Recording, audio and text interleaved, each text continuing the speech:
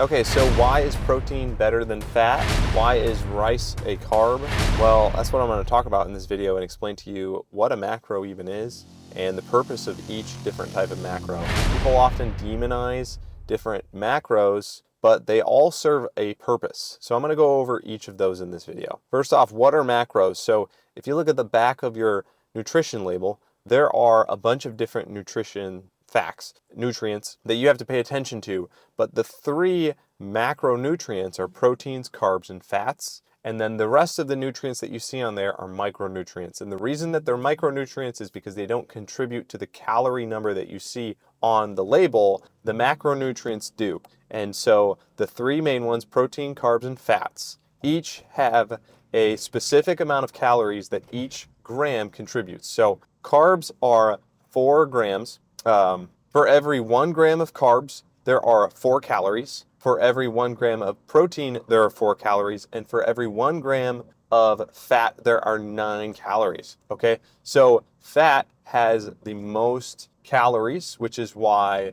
people demonize it. But especially back in the day, people used to demonize it a lot more. Now you have like keto diets, there's a lot more fat emphasized, healthy fats, obviously. But basically, when you're measuring how many calories you're burning in a day versus how many you're eating, you're obviously paying attention to your calories, but the calories that you eat are made up of these macronutrients. Okay, so why should you care about the different macros and what does it really mean for you when you're counting calories? Each of the macros serve a different purpose. And when you talk about, getting your macros right, a lot of people are always referring to what proportion of the calories you eat for the day. So say you eat 2,000 calories, what percentage of that is carbs, which percentage is fat, which percentage is protein. And people will swear by that you have to have your percentage in a certain window. So like keto diets would say, well, your fat percentage should be really high and your protein should be pretty high, but you want like almost no carbs, as few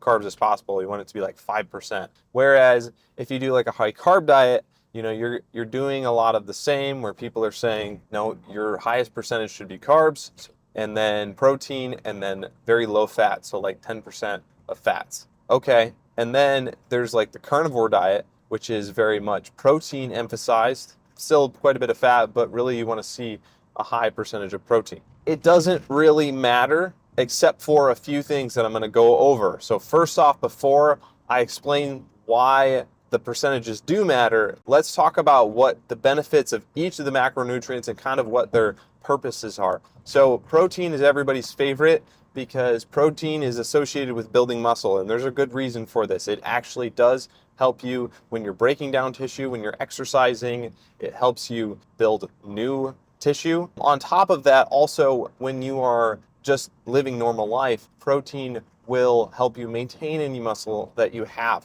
The other benefit of protein that a lot of people talk about is it makes you full. So it's very satiating. High protein diets are very satiating, and it's hard to overeat a lot of protein. There's also a lot of healthy amino acids associated with it, but it helps keep you full. Okay, so let's move on to fat. So everybody kind of demonizes fat, and there's a reason for it. It has 9 calories for every gram versus carbs, which is only 4. And I bet you didn't know that. A lot of people don't know that. When they say carbs, they're actually referring to junk food. So, oh, that has a lot of carbs in it. Well, chips, for example, have a lot of fat and carbs, and it's the combination of these two that add up the calories really quick. So 9 calories per gram. But what does fat do? It does actually serve a purpose, and there's a reason you need it. It helps you digest your food.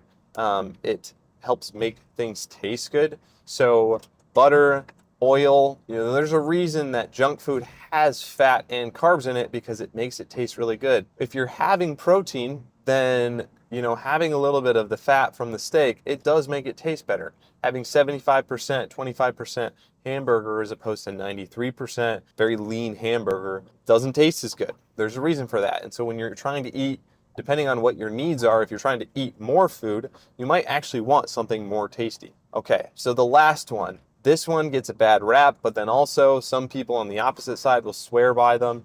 Carbs. Okay, so carbs are your preferred source of fuel for the body. When you are working out, when you are living life, your body wants to burn carbs. It will always burn carbs first. It's the best fuel source for your body. And carbs also replenish your glycogen, which I won't go super into because I'm not super versed on the scientific terminology of glycogen. But when you are depleted, like you have a really hard workout, you want carbs because it helps you raise your blood sugar back to where it kind of needs to be. Your glycogen levels get really low, which makes you tired, depleted, and so it really helps you boost that up.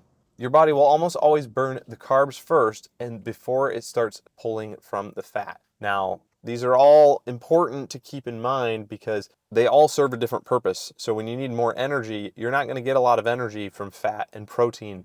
You're going to get energy from carbs. Whereas if you are wanting to have more flavorful things, having more fat will help you that way. It also helps you digest a little bit better. And then lastly, protein is the thing that holds your body together, I would say. It's going to help replenish your muscle or help you maintain the muscle that you have. And it's, designed to all work together. So, here's where people, I think, go wrong with the macro calculation. There are people out there that are big on you have to have your macros in a certain percentage. And I really loved when I saw Alex Hormozi do a video on this. It's a much older video of his where he actually drew out this circle. So I'll draw it out for you on the side here. But basically, he drew out, like, here's an example diet and the difference between like a keto diet, a paleo diet, a high carb diet, a low carb diet, whatever it is, the high protein, here's the difference, draws out all the quadrants and then says, okay, so here's the problem with all of these diets is you eliminate one of them and the other two quadrants just grow. And so what that looks like is in a keto diet, you are overeating fat, or in a high carb diet, you're overeating your carbs. It's all the same. Like what really matters at the end of the day is getting your calories right. The way to then make it through the day without feeling miserable is you need to think about, okay, I'm going to have high protein.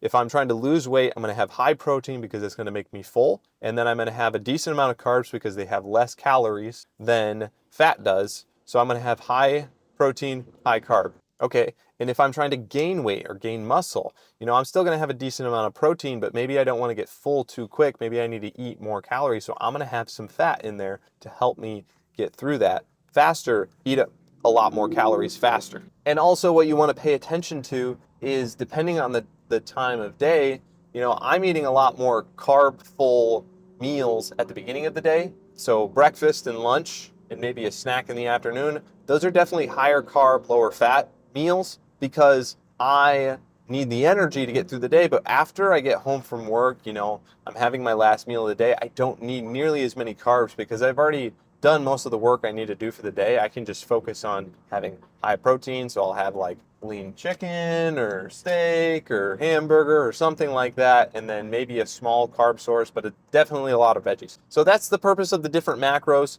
And I hope that was clear for you. I hope that was helpful. If something wasn't clear, put it in the comments because I want to make sure that these videos are helpful for you. If you guys like this video, be sure to check out my other video about different times of the day that you should work out. If you're trying to get into this routine of exercise, actually changing your body, the reason I'm making these videos is because I want to help people who feel stuck or don't really know the right information. I know I felt like this for a long time and it took me a while to actually learn all of this that I'm talking about. But I have spent a lot of time listening to good and bad advice, and I want to share the good advice that I've learned, and I hope it's helpful for people. So be sure to subscribe. Anyway, thanks for watching. I'll see you guys in the next video. Peace.